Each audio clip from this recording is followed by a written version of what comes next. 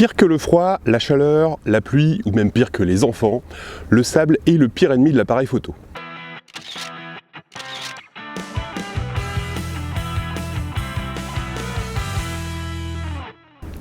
Vous l'aurez compris, aujourd'hui nous allons voir comment protéger votre appareil photo du sable et de la poussière.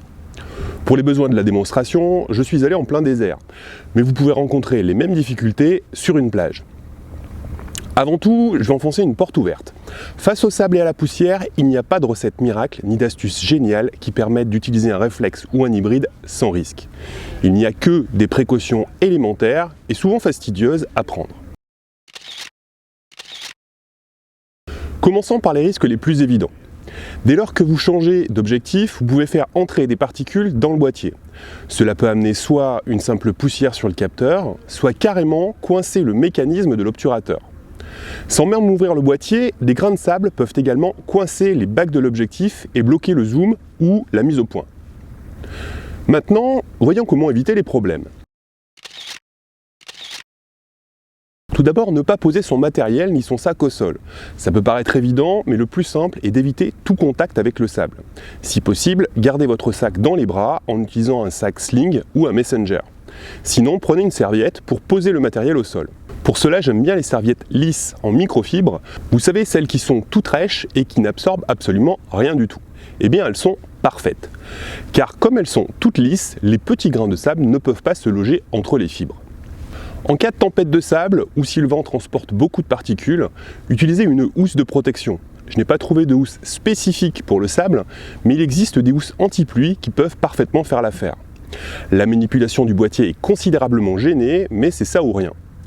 On aurait aussi pu imaginer utiliser un caisson étanche, c'est même l'une des solutions les plus basiques pour aller à la plage, prendre un appareil photo compact avec un boîtier étanche pour se protéger à la fois de l'eau et des intrusions du sable.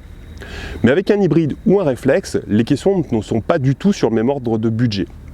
La housse anti-pluie se fixe elle à l'avant de l'objectif et un petit trou permet de faire passer l'œilleton de l'appareil et de bloquer la housse autour du viseur. Même avec une housse, la lentille frontale de l'objectif reste encore exposée au sable. Les particules de sable peuvent frotter et abîmer la lentille frontale. Un filtre UV peut alors être ajouté pour protéger la lentille contre le piquetage de l'objectif par les particules de sable.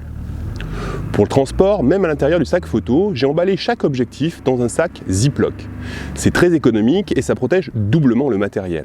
D'abord parce que le sac évite que l'objectif soit en contact avec la poussière, et ensuite car si on n'enlève pas tout l'air qui se trouve dans les sacs, cela forme une sorte de petite enveloppe à bulles pour éviter que les différents matériels ne s'entrechoquent.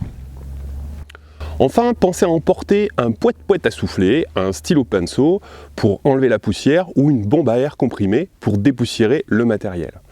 Pour des questions de simplicité et d'encombrement, j'ai opté pour le lens pen, le stylo pinceau, mais prenez ce qui vous semble le plus adapté à vos besoins.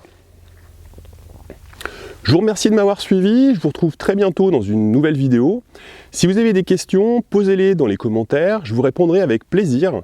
Si de votre côté vous avez vous aussi des astuces à nous faire partager, postez-les aussi dans les commentaires. En attendant, je vous souhaite une bonne semaine et je vous dis à bientôt. Et d'ici là, pensez à liker, à vous abonner et à partager.